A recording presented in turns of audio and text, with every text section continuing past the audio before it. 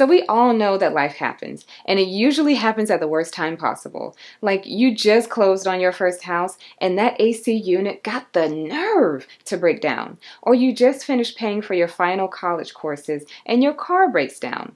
So in order to avoid being caught off guard by these unexpected events, it is very smart to have an emergency fund. You may be saying to yourself, but I'm on a tight budget. I can't afford to save for an emergency fund. What do I do then? And to that I would say, you can't afford not to have an emergency fund.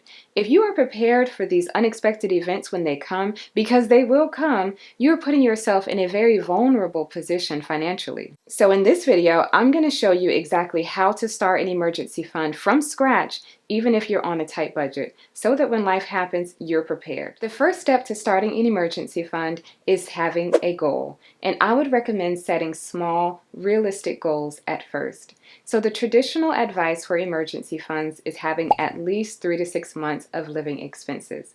But if you're on a tight budget, that's probably unrealistic for you right now. So start small.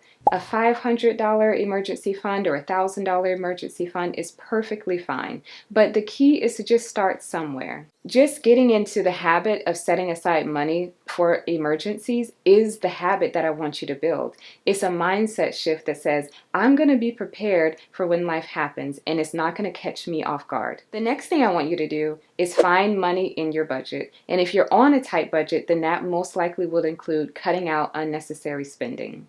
Okay, so if your shoulders just went up because I just came for your Starbucks habit or your Netflix, take a deep breath, bring your shoulders down. We will get through this. In my opinion, not having an emergency fund is an emergency. So it's unavoidable that you will have to cut out unnecessary spending. And I'm not saying forever. This is just for a short while until you can build up your starter emergency fund. And yes, this will take sacrifice. But if you're unwilling to make sacrifices in order to build up an emergency fund for yourself, then you really have to ask yourself, what is most important in life? So where should you cut spending?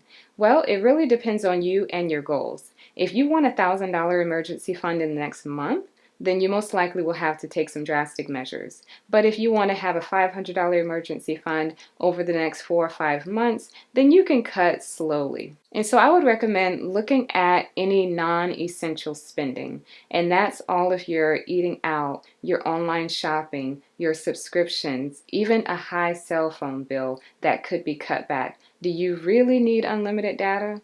I mean, I do. Yeah. But if you're already on a tight budget and you don't have a lot of unnecessary spending, then you will have to get more creative. So what I would recommend is calling up your bill service providers and seeing if you can negotiate a better rate. Okay, so real quick, this is Rachel from the future. As I was editing this video, I realized that I didn't give as much value as I wanted to at this point of how to lower your bills by negotiating with your service providers. So I wanted to quickly pop on and share some actionable tips for what you can do to lower your bills and how to negotiate. So I'm going to share my screen with you and go over a couple examples.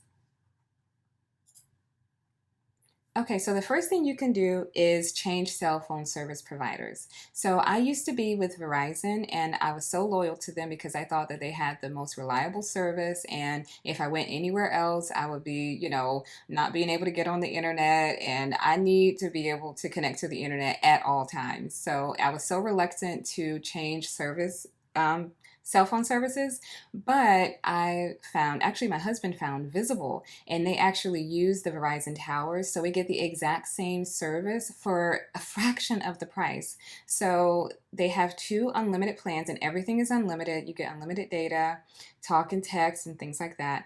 And we are on the $20 per month plan. They have a $35 plan and you get a bit faster data, and you get smartwatch service and hotspot and all of that.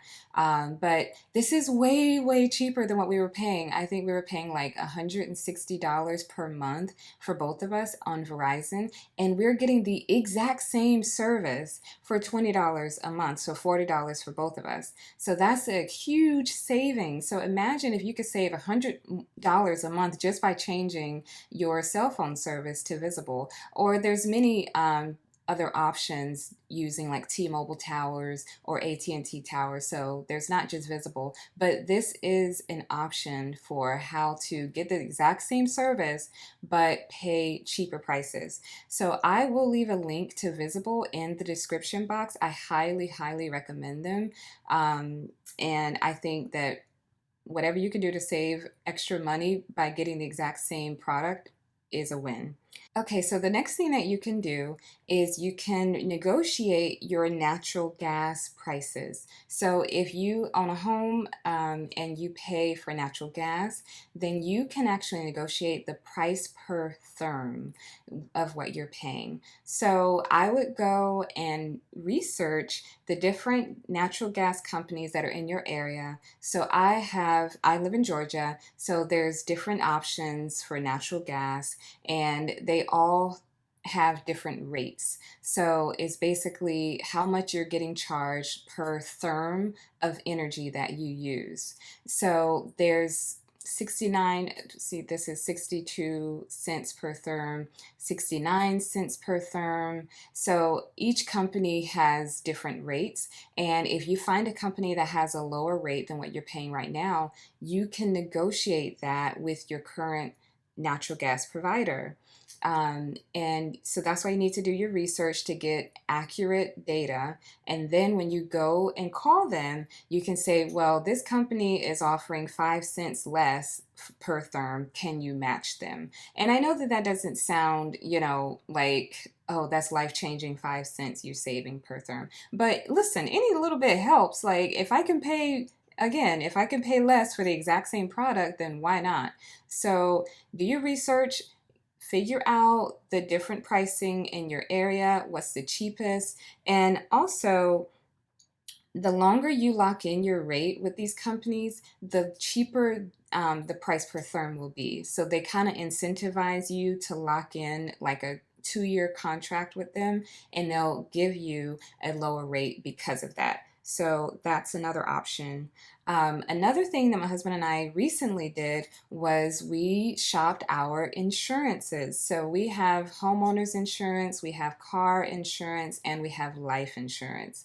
And we have been with State Farm for years. And we finally decided to shop all of our insurance products. So we use Policy Genius. And they compare quotes from a myriad of insurance companies so that you know that you're getting the very best price for your auto or life or home. So I would absolutely shop your insurance policies to make sure you're getting the best price, because we actually, through shopping our insurance, we saved about, I would say, $900 a year or something like that just by shopping our insurance. So this is absolutely something that you should do, because just over time they raise their rates, and if you're not, on top of things to make sure you're getting the best rate, you can be paying more than you should be. So there's another option to lower your monthly expenses, which again will help you put that money towards your emergency fund. Now, if you have a really low income, another option for you is going to usa.gov/benefits. And this website gives a lot of resources for how to get assistance, governmental assistance with your food, your bills, and your housing. So you can come on this website and see if you qualify for these government benefits and apply and just see what happens.